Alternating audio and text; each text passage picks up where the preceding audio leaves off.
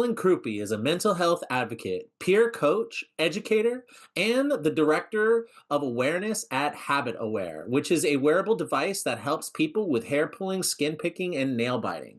Today, we're going to learn all about this and just how it can help us as operators behind the chair work with our customers who have these challenges. Welcome back to the Hairdresser Strong Show. My name is Robert Hughes, and I am your host. And today, I'm with Ellen Crupi. How you doing today, Ellen? Hi, I'm so excited to be here. Thank you for having me. This is so fun. Awesome. Well, thank you for coming. I know we had some back and forth, and we trying to get this date together. And shout out to Wafaya. I met Ellen at Oasis Curl Salon in Rockville, and we were there shooting some walkthroughs for the Shadow program. And Ellen happened to be getting her hair done, and Wafaya made Sure. the introduction. So thank you, Wafaya, for making this happen. Thank you. Okay, so this is a really interesting topic. Not only is it I think it's National Stress Awareness Month.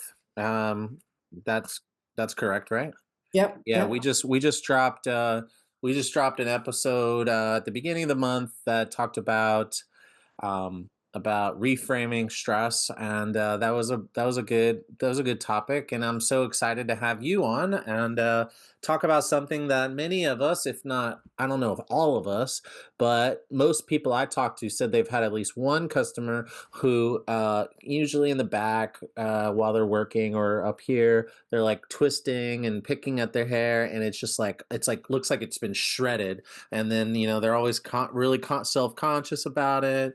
And I do my best to just do their hair as it is, and try not to give them recommendations of what they can do, because at this point in my career I've recognized that it's the thing, so it's not like, oh, someone needs to find a fidget tool. This is a real thing that people are in therapy for and work really hard to deal with. And so I'm really excited to have this conversation, because it'd be great if we could learn how to talk about it better and make people feel more comfortable. So tell us a little bit about the story of Habit Aware, and introduce us to what you do and the company that you're with. Well, thank you. And I'm so happy to do this because you guys are really the front lines. You're intimately involved in people's heads and faces. And these disorders, they're known as body-focused repetitive behavior. So hair pulling disorders, trichotillomania, skin picking is dermatillomania. There's even a name for nail biting. So here's the story behind HabitAware. It's trichotillomania is one of the most common disorders that no one wants to talk about. Who the hell wants to talk about that they pull out their hair? People who do that, and I am one of those people, we think we're weird. We think we're freaks. We think we're the only ones that do this. And luckily, there's this one woman, her name is Anila Idnani. She's the founder of HabitAware. She pulled out her eyebrows and eyelashes for 20, 30 years, told nobody. So trichotillomania isn't just scalp hair, it's eyebrows, eyelashes, body hair, even pubic hair. So she pulled out her eyelashes and eyebrows, never told anyone. Her husband didn't even know. They were married 3 years. He had no idea. She was a master of hiding it with an eye pencil, and she would pull out just enough to satisfy, and then she covered up. One morning, though, she woke up and looked in her side mirror, and an entire eyebrow was gone. And so she went into the bathroom to grab her eye pencil, and she literally banged into her husband, Samir, who looked at her and said, Anila, where are your eyebrows? And she was caught deer in the headlights. So she confessed her hair pulling secret, and she was really frightened. She thought, oh my God, he's going to divorce me. He's going to not want to be with me anymore. And it was completely the opposite. He met her with love and compassion. They researched and learned all about trichotillomania, which I'll get into in a moment. But what happened is one night they were, and trichotillomania, I will say this, it's a self-soothing behavior. It's not self-harm. It serves a function. It just doesn't serve us well. So it can help you relax. It can help you concentrate. It can help you with stress. It can help you feel boredom, lots of different things. So she's watching TV and she's scanning. She doesn't even realize it because it's so automatic. And her husband gently takes her hand and moves it away. She gently resists the urge to punch him in the face because no one wants to be told. And she said, geez, if I just had something other than you. And that was their impetus. It's like, there's got to be something out there. There was nothing out there. So they invented it. And they invented the original Keen bracelet. This is Keen 2, which I'm going to show you, which is our second version. But they invented an awareness bracelet that when you put it on and you train it for your specific movement, it gently vibrates to bring you awareness. So using hers as an example, it would be this. When she comes up here, it would gently vibrate, like a little hug on your wrist, just bringing you awareness. Hey, your hands aren't where you want them to be. So you can pause and make other decisions, healthier decisions. So it went on the market in March of 2017. In May of 2017, actually, I'm going to backtrack. So I am 59. I started pulling my scalp hair when I was 10, 11 in the mid 70s, well before the internet. And I remember being outside in gym class, being ready to be picked for teams. And I must have just been twirling, but I pulled a piece of hair out and I thought, well, this is cool.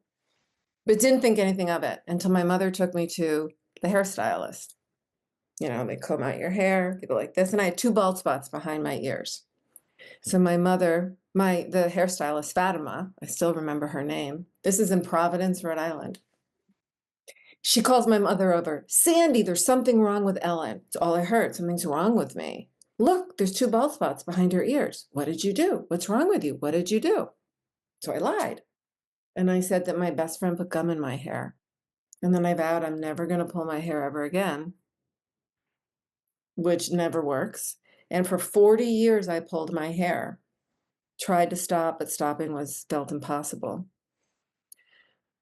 So May 2017, pulling, pulling, pulling, pulling. And it doesn't just affect the hair, it affects the elbow, it affects the fingers. People can get carpal tunnel syndrome from the behavior of repetitive behavior.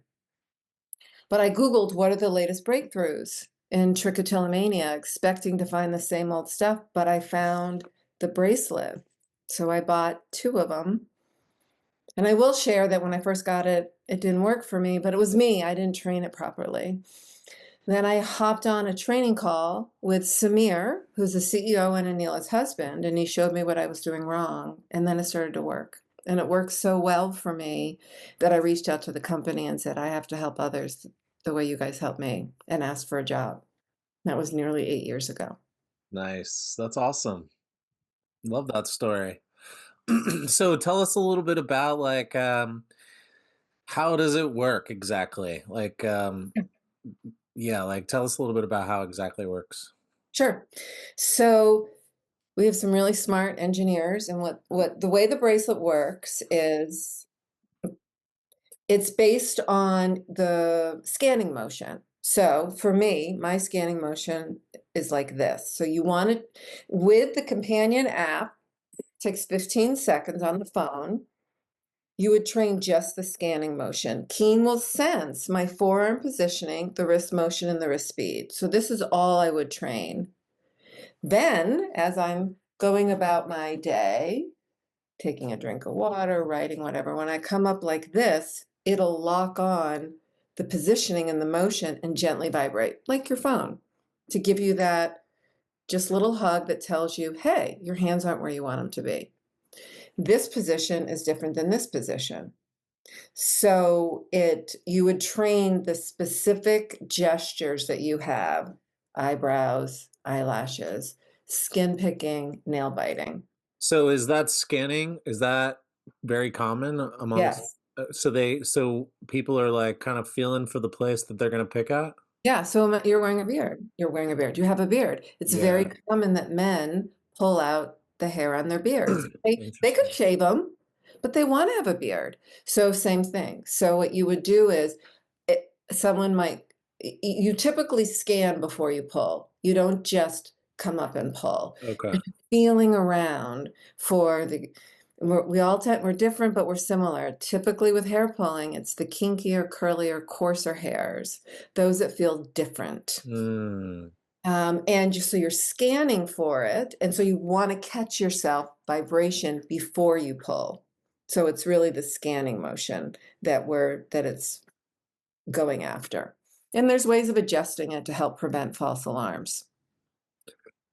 So, what was I gonna say?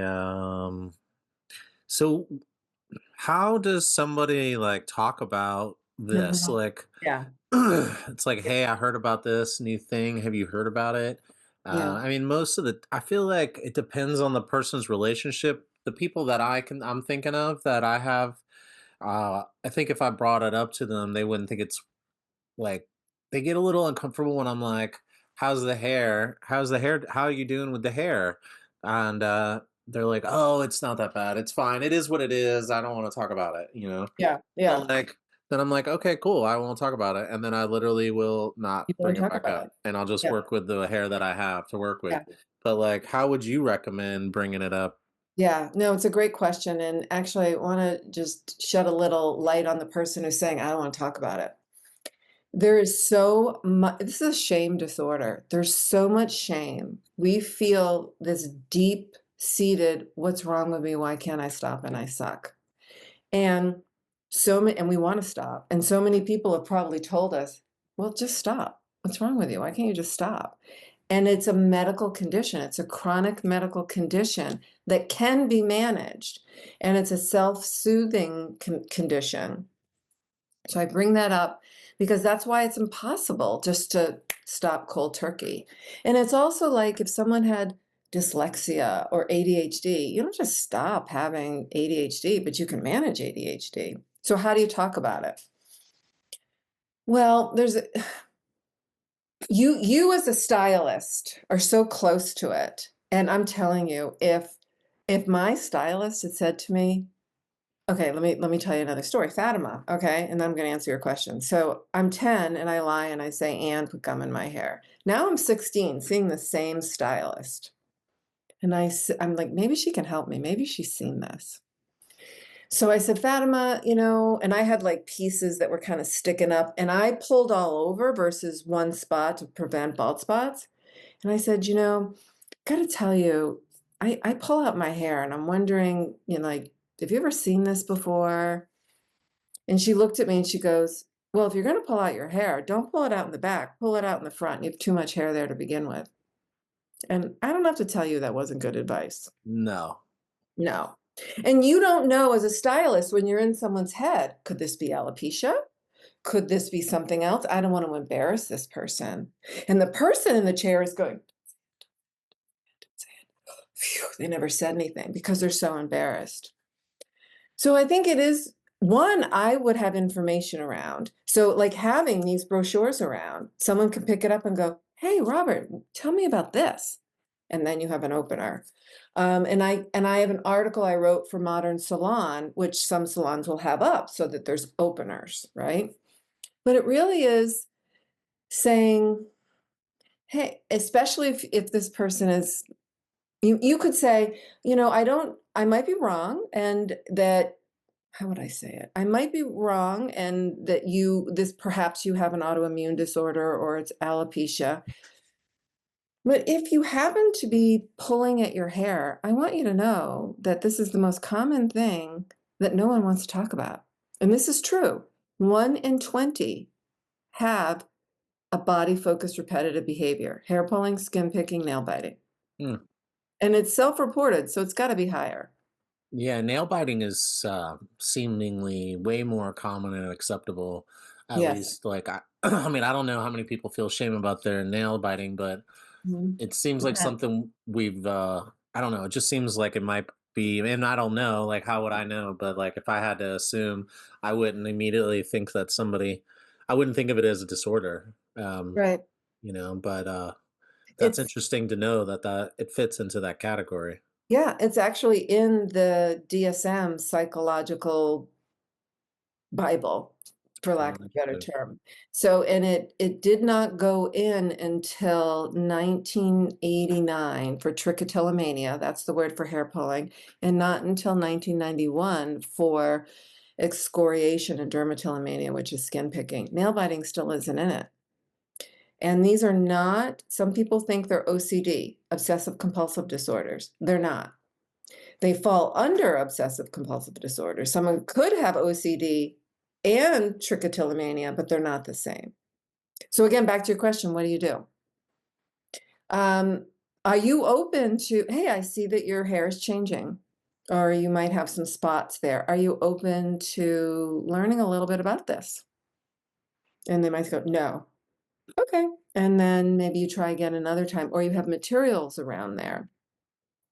If I had if a hairdresser had said to me, "Hey, I noticed that some hair is shorter than the others, and you've got some thinning back there. Are you open to learning a little bit about why this might be?" I would say yes. Well, there's this disorder called, or this condition. You don't say disorder.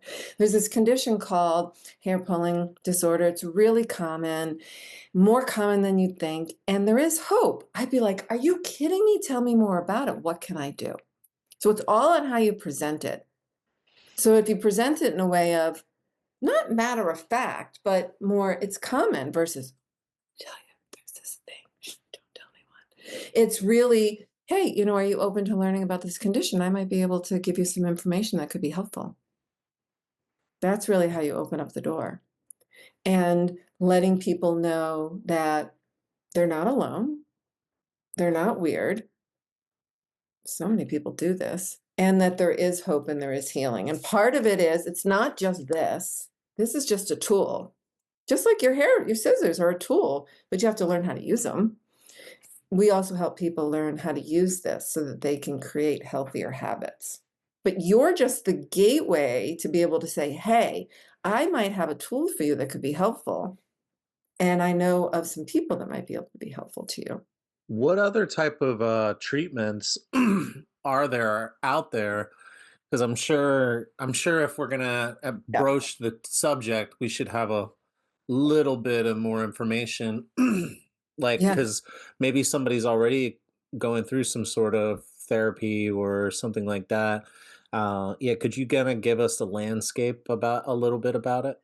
Yes. So, in like anything, there's mild, moderate, and severe. So, and it becomes a condition or diagnosable and covered by insurance with therapists who take insurance. When you want to, I'm going to give you the general. When person wants to stop, has tried to stop, and finds stopping impossible, and it's affecting their life. They might, they're camouflaging it. You don't have to have bald spots. But they're finding that it's taking them too long to get dressed in the morning. They may not go into the swimming pool, etc.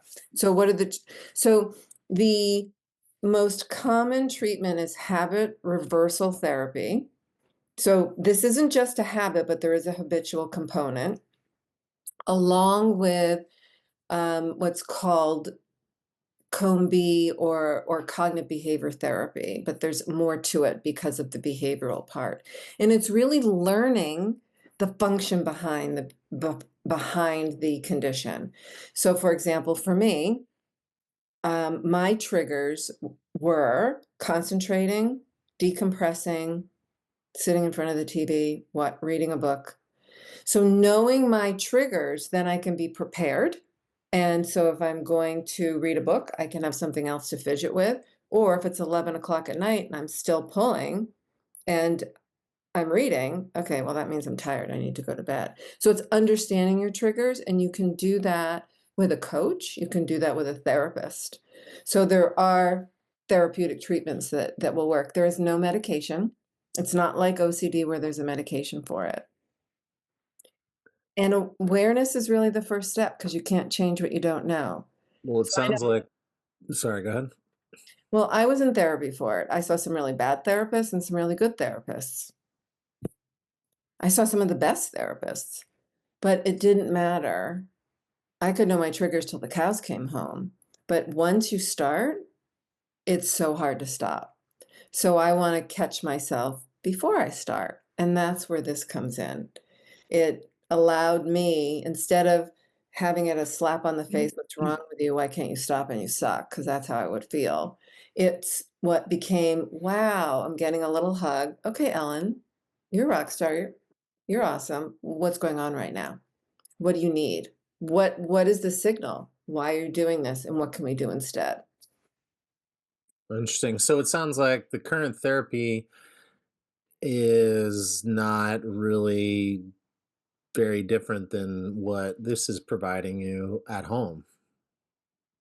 I mean, Uh, having the person yeah, to talk to is not what I'm saying. I'm saying the actual mechanics. Like you said, you could learn and educate yourself as much as possible.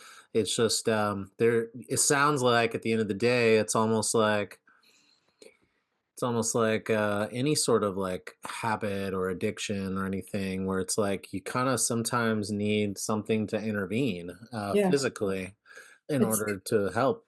It's the awareness. It really comes down to the awareness. And we might think we're aware. So you and I are eating tortilla chips and we're drinking margaritas, and we know we are. We ordered the chips, but we might think we're eating, 25. We're eating 125 chips because awareness is slippery.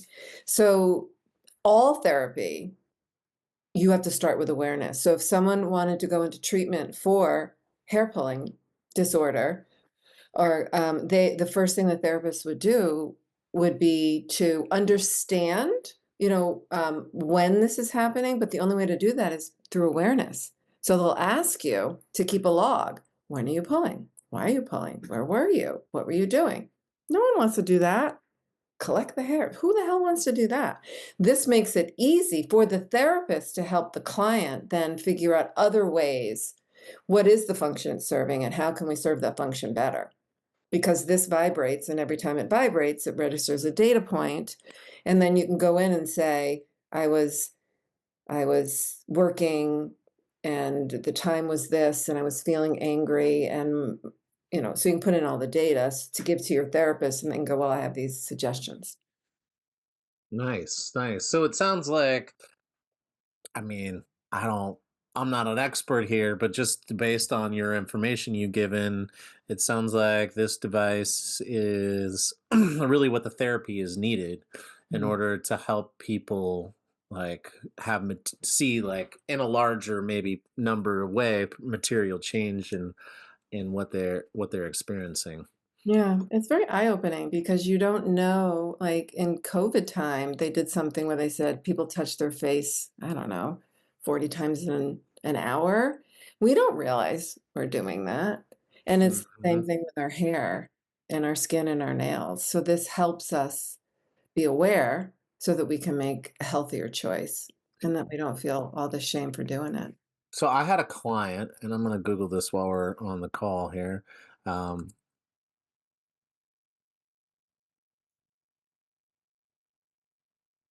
she told me, um, maybe that's not it, but she said that like touching your face was a violation of, I guess, George Washington's rules of civility. When in company, put not your hands to any part of the body. Like you shouldn't touch your face. You shouldn't, let's see, shake. You shouldn't shake your head, your feet, or your legs. You shouldn't roll your eyes. You shouldn't lift one eyebrow higher than the other.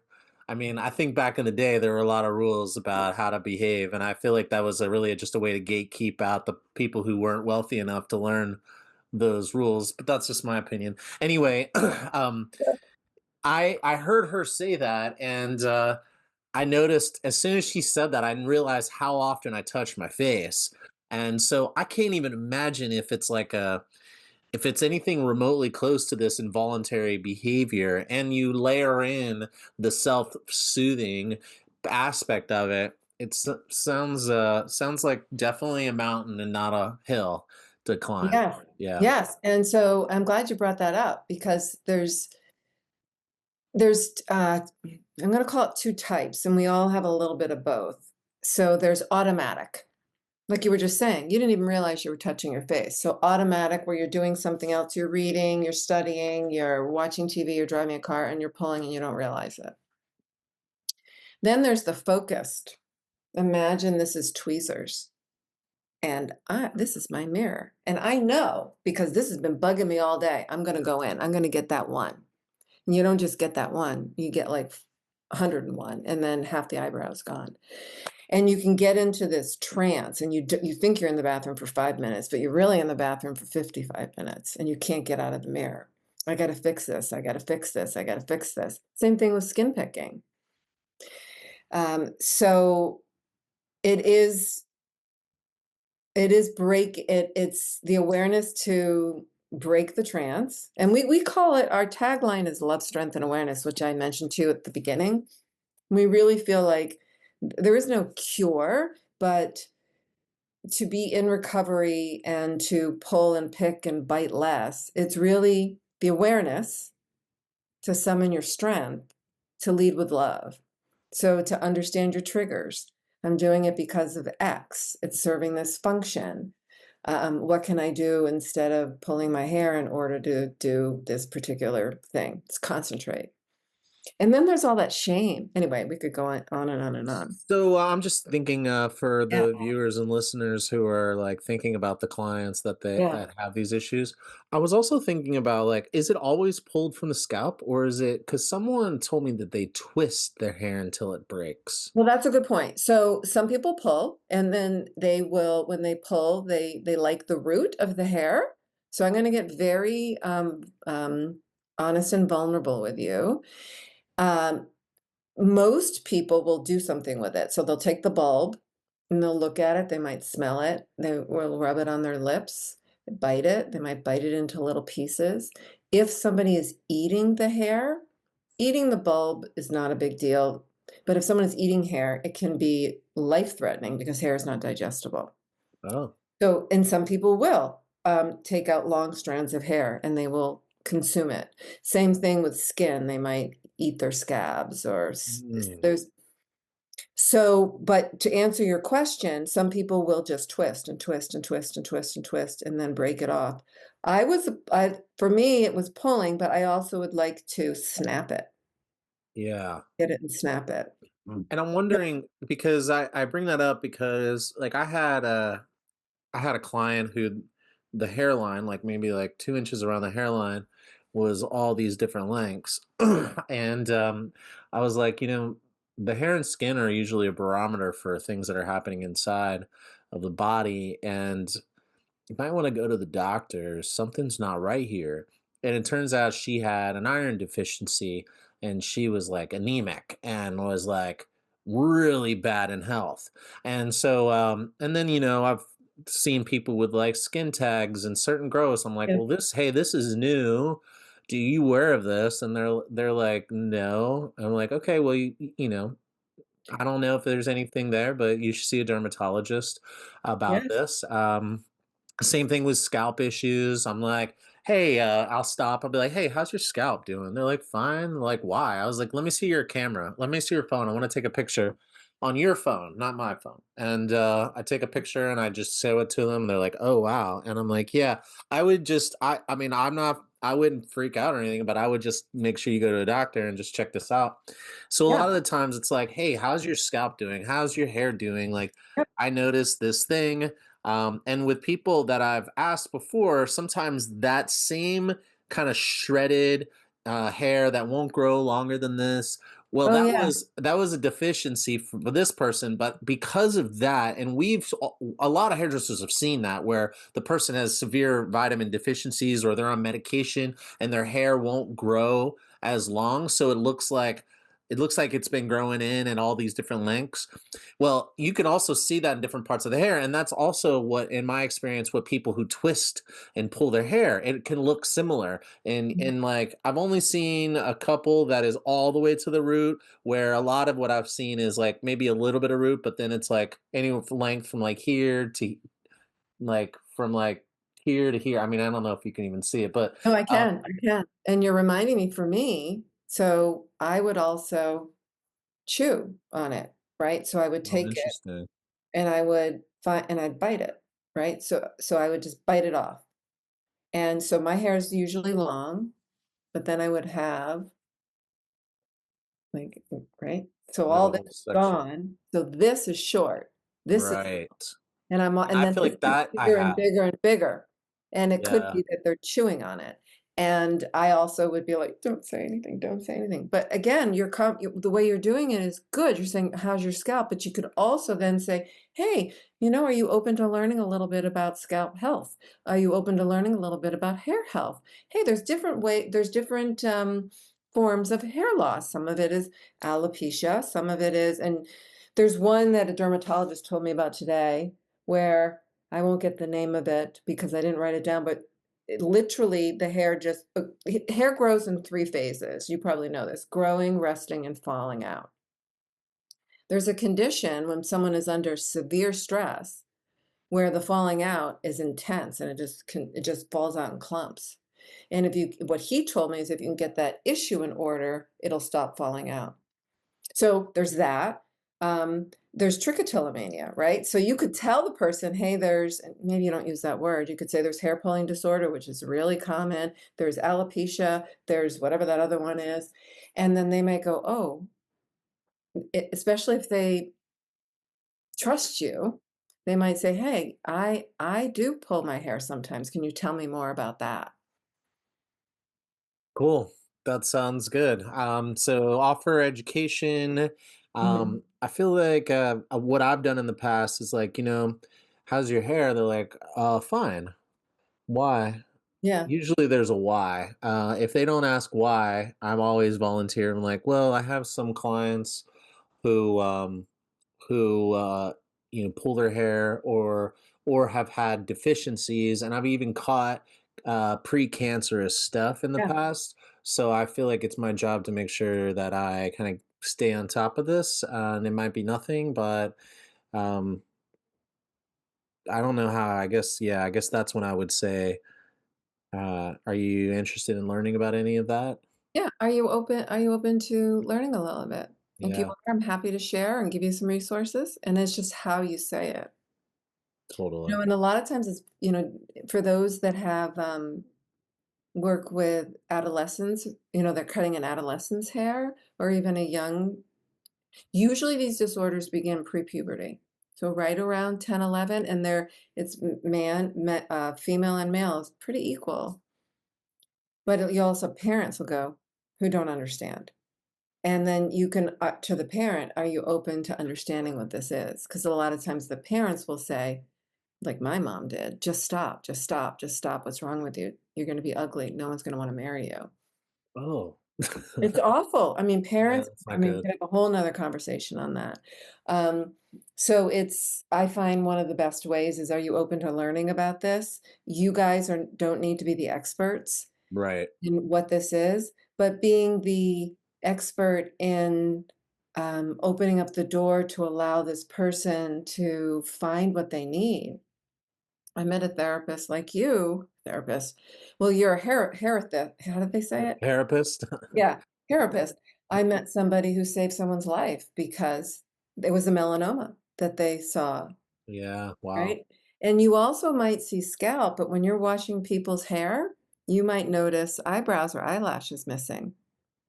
And you might notice a lot of skin damage on the face, or maybe not a lot, but that someone's always has picking on their face. And you guys are like the internist and the pediatrician. And in some ways, you're more than that because you're right there. And you can be their fairy godmothers by helping them find help and healing. Absolutely. This is awesome. This is so good. And so we talked about the story, where it came from. We heard personal testimony. We also talked about how to communicate with our guests. So I guess the next thing is like, one, is there anything else that you wanted to share about this before we wrap it up? Any other testimony or information or anything like that? Yeah, really, it all begins with awareness, and for hairstylists, it's that empathy and love that you're caring for the person. Um, this bracelet can be a game changer because it helps open up the door for healing, and that's what it's all about. That's awesome. All right. Well, how can people find out about this and connect with you if they have more questions? I'm glad you asked. So you can go to Habit, Habit, aware, AWARE, habitaware, one word.com. You can reach me, Ellen, ELLEN, at habitaware.com. I'd be delighted to mail you brochures. I'd be delighted to give you a one-pager that you could have in salons, send you my article from Modern Salon, just so that you have fodder for your salons to be able to help these people. And I'd love to, I'd be delighted to do a training for anyone who wants it. And in return, I'll tell you, we have people who need really good stylists who are empathetic and who are good at styling hair and are not afraid to work with somebody and make them feel comfortable and that they have issues going on with their hair.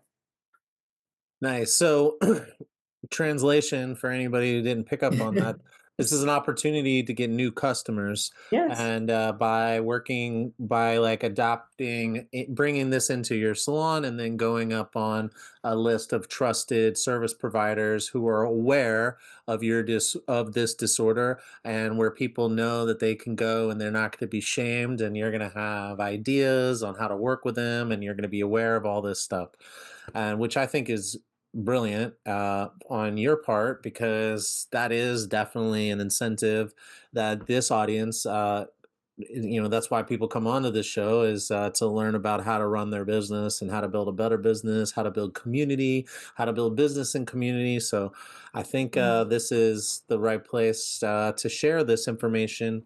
So everybody, if you're interested, we'll just check the comments below, and there or sorry, the description below, and all that information to connect with Ellen and check out HabitAware will be there. We're also going to tag uh, Ellen and HabitAware on social media as well. So thank you so much, Ellen, for coming on the show and sharing about this disorder, as well as the fact that there is treatment for something that most of us have experienced. I mean, maybe even in our own personal lives with our family, but definitely with our customers. I think if someone's fully booked, I feel like it's kind of hard to say that nobody's ever seen this before. I mean, in order to be fully booked, I have to have like 220 to 250 clients. That means I should have 20 people Mhm. that, right? 20 or 10, Uh, 10 people at least, right? 5% of the population. Yeah. And it doesn't discriminate. It doesn't matter if you're male or female. It doesn't matter if you what ethnicity you are. It doesn't discriminate. And it runs in families. There is a genetic component. Oh, interesting. All So right. and more curl. This is what I've seen because I've seen hundreds of thousands of people. I've been doing this for 8 years. I see, and because of the genetic component, I see more more with curly hair. Something about curly hair. And also Indian, um, Asia Pacific, and Jewish. I'm Jewish, but there's a lot for whatever reason in the genetic line. And there's nothing wrong. We're not broken, and we can totally take control of this. And I know it because I've done it and I've seen it. That's amazing. I love that. All right. Well, thank you so much for sharing your story and Habit Aware. We really appreciate it. And we look forward to talking to you again soon. Okay, wonderful. Thank you. All right. Bye bye. Bye.